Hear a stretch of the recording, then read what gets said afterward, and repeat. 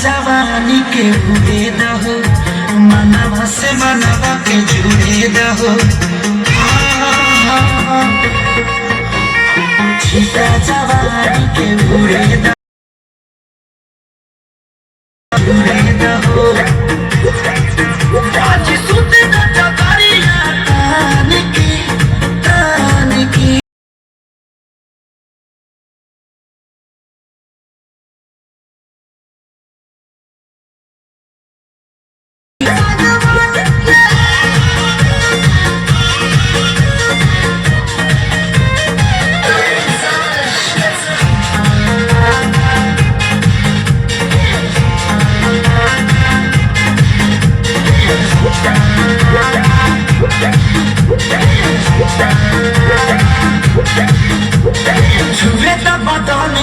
देखो न कटौन की चादर बिछा दी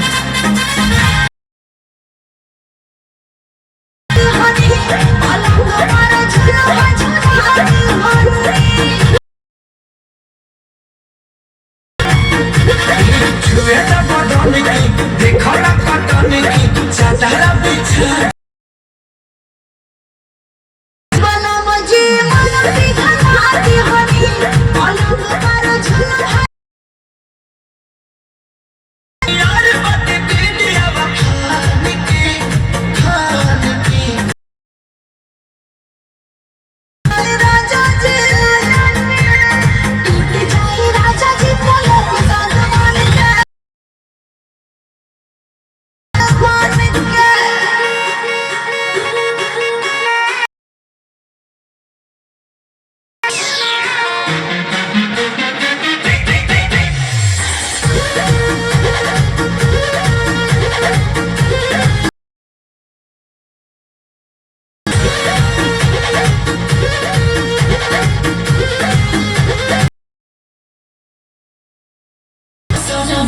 देहिया में गरमी बैठे लागी हो